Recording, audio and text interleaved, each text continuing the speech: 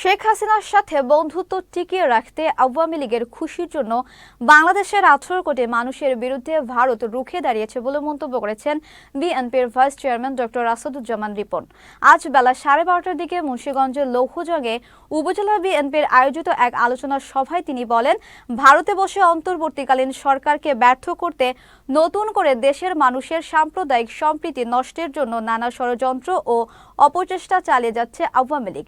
ফলে তৃণমূল থেকে ঐক্যবদ্ধভাবে সকল অপশক্তি রুখে দেওয়ার আহ্বান জানান তিনি। অনেকে ওই সাপের সুলুম বলে, আমাদের সুলুম বোঝেন তো, উপরের চামড়াটা বদলাই ফেলে, অনেকে সুলুম বদলাই দিয়ে কিন্তু আবার এখন বিএনপিতে ভিড়তে চাবে।